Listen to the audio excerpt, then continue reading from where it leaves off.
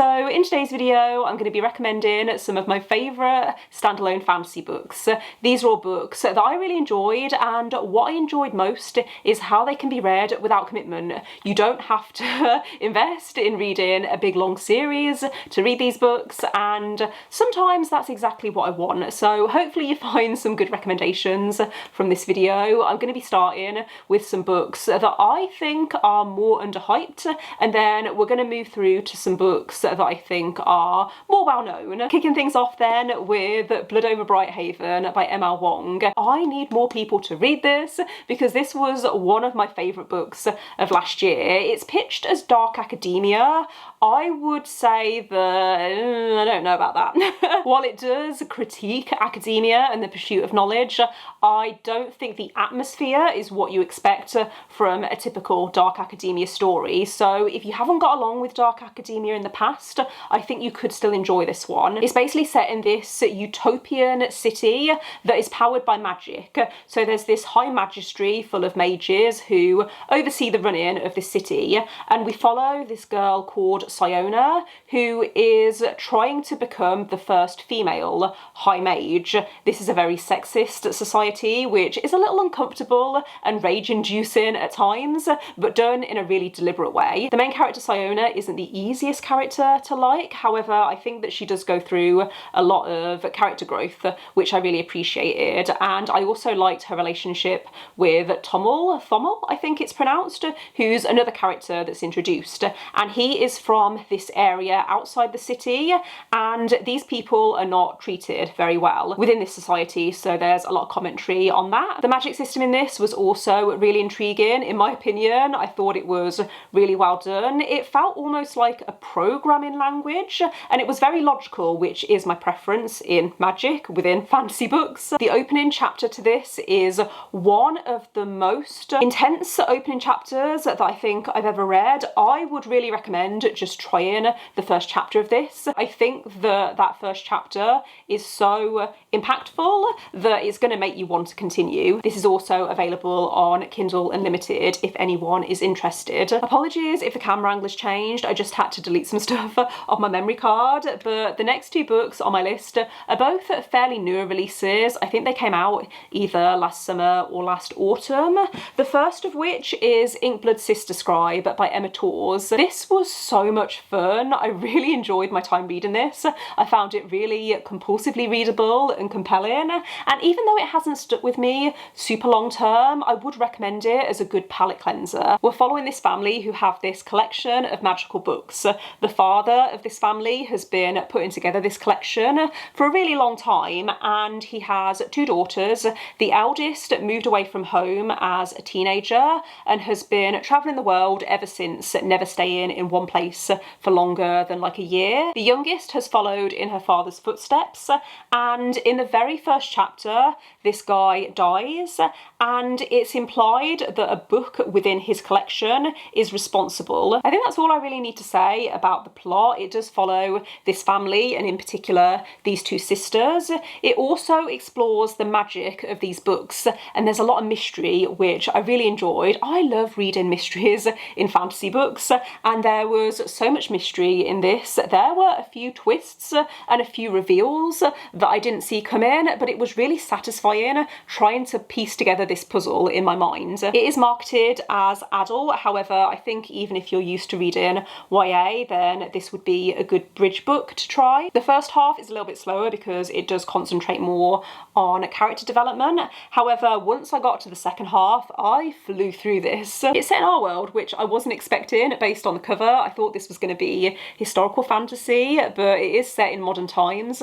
There is technology, but other than that, I didn't really notice it so much. Like, it definitely felt like our world, but the focus was more on the magic. Next on my list is A Study in Drowning by Reid, and I'm going to have to be really careful with this book because it has this shiny protective covering on it, but this is another book that I read last year and really enjoyed. I thought the atmosphere in this in particular was perfection.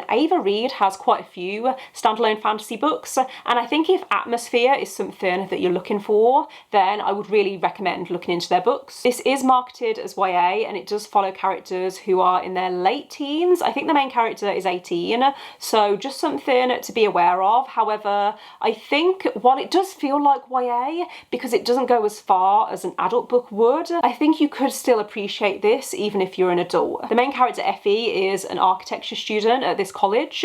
She would much rather be studying literature. However, the literature college doesn't permit women. Her favourite author recently passed away, and she is given this opportunity to go and redesign his mansion. So the family of this author have put out a call asking for someone to go along and redesign this house. Once Effie arrives, she runs into another student from the literature college who is investigating this author, and they end up looking into this author together and uncovering some of his secrets. I think if you're looking for something that feels like a gothic fairy tale, then I would really recommend this. I really liked Effie's character development over the course of the book, and I liked the relationship that she had with the love interest. I thought that their dynamic was really fun and they had good banter. It does have some darker themes, especially adult men behaving inappropriately towards younger women. It is uncomfortable. I felt like it was handled in quite a sensitive way though, and because it's YA, it's not as graphic and it doesn't take things as far as I think an adult book would. Next on my list is The Once and Future Witches by Alix Harrow, which is a historical fantasy set during the suffragette movement. I will say the suffragette movement doesn't play as big a part in this as I was expecting, but this follows three sisters who are descended from witches. They pretty much are witches, and they are trying to bring back the full power of witchcraft to this world. Alix Harrow has beautiful writing. I really liked the writing in this. I thought it was beautifully descriptive, but it still flowed really well and it still felt accessible. I don't always get along with purple prose, and I wouldn't say that this is purple prose, but it does have that beautiful atmospheric writing style, and I thought that worked really well considering this is a historical setting. The pacing was a little bit slow at times and it is very character driven, so if that's not your kind of thing, then this might not work for you, but I really appreciated the sister relationships in this, and I thought that it was really immersive. The tone was really bleak, but I couldn't help but feel drawn into the story. I feel like we're getting into the really popular books now, but I couldn't make this video without mentioning Babel by RF Kuang. I know that some people pronounce this Babel, but I pronounce it Babel because I'm English and that's just how we pronounce it. But this, I think, is one of the most popular standalone fantasy books that gets mentioned on BookTube. I really enjoyed this. I gave it 4.5 stars. However, I also understand why this doesn't work for everyone. This is set in Oxford in 1836, and it follows a Chinese orphan called Robin who's brought to England as a young boy, and he's trained and coached with the intention of him joining the School of Translation at Oxford University. The magic system in this is called silverworking, so essentially this world is powered by these silver bars, and England have used this power to colonise countries around the world. I think the strength of this book is in the magic system and the way that it explores these different themes around racism and colonialism. I could see how much research RF Kuang had put into this book, and I really appreciated that. I don't think she's the best character writer, and that's usually my main criticism of her books. I also thought that at times this felt a bit like a textbook. However, I didn't mind that because I found what I was reading was really interesting and I really liked the atmosphere. Next up we have Elantris by Brandon Sanderson, which again is a super popular book. I know that this is technically part of the Cosmere, and I believe there's going to be more books in this world eventually, but I don't know if they're going to follow the same characters. I feel like they might follow different characters but just be set in the same world. So I still consider this a standalone. If anyone disagrees with me or knows stuff that I don't know about what Brandon Sanderson has planned for this series or this book, this world, please let me know in the comments. But for now, this is a standalone and it can be read as a standalone. It's really difficult to explain the plot for this, but essentially in this world there is this city called Elantris, and it used to be this beautiful city full of demigods.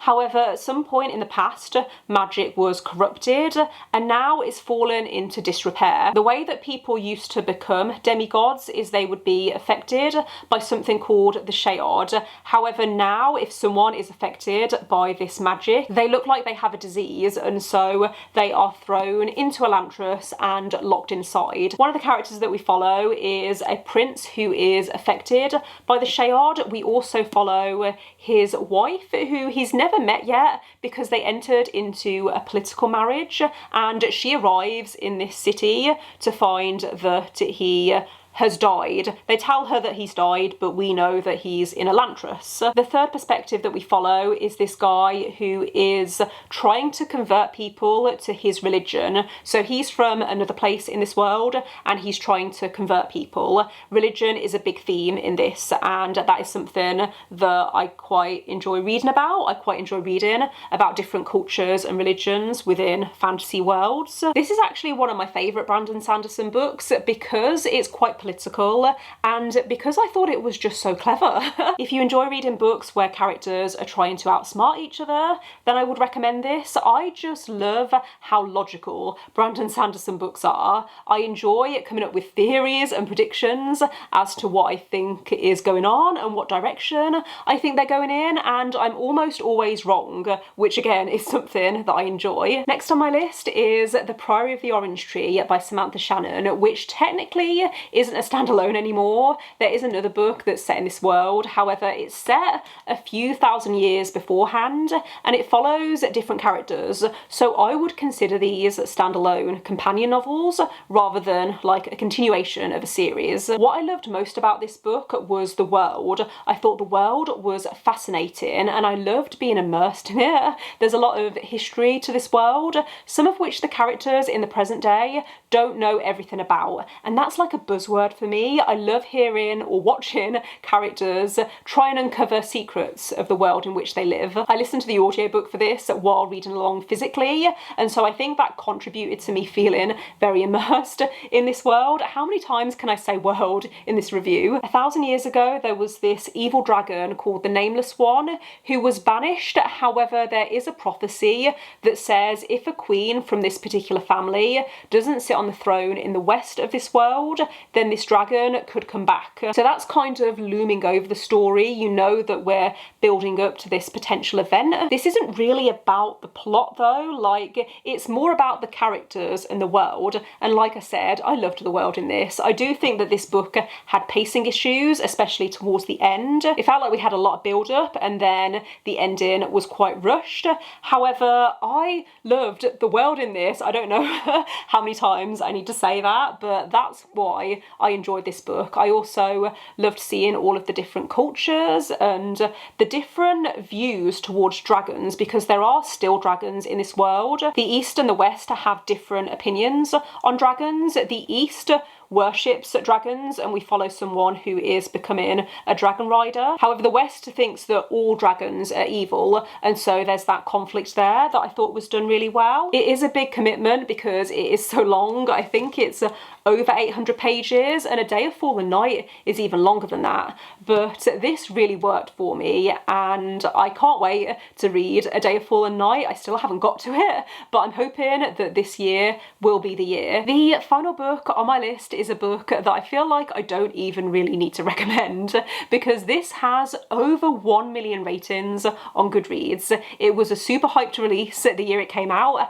and it was pretty popular. I think it has quite a high average rating as well on Goodreads, so a lot of people love this. The book that I'm talking about, for anyone who hasn't guessed, is The Invisible Life of Addie LaRue by V. Schwab. This follows our main character, Addie LaRue, who makes a deal to live forever. However, the consequence of that is that she can never be remembered and she can never leave a mark on the world. And the book really explores both of those themes. It talks a lot about loneliness and you really spend a lot of time with this one character. It's extremely character driven and I struggled in the beginning because it did feel quite slow and tedious. However, once the second character was introduced, I'm trying not to go into spoilers, but there's a second character that's introduced. From that point onwards, it was really, really interesting, really intriguing, because there's a lot of mystery surrounding this character. I also quite enjoyed the ending as well. I feel like the ending was quite controversial, but I quite liked the way that it wrapped up. I listened to the audiobook for this and I would recommend it. I thought it was really well narrated. I also found that that helped me get through the more tedious and repetitive parts because I was listening to the audiobook. Otherwise, I thought that the narrator did a great job of setting the tone of the story and bringing to life the atmosphere. So yeah, this is the final book that I wanted to recommend in this video. Thank you for watching if you made it this far. Let me know in the comments some of your favourite fantasy standalones, and if you've read any of the books that I've talked about in this video. Don't forget to give this video a thumbs up if you liked it, and click subscribe if you would like to see more videos from me, but otherwise I will see you next time. Bye!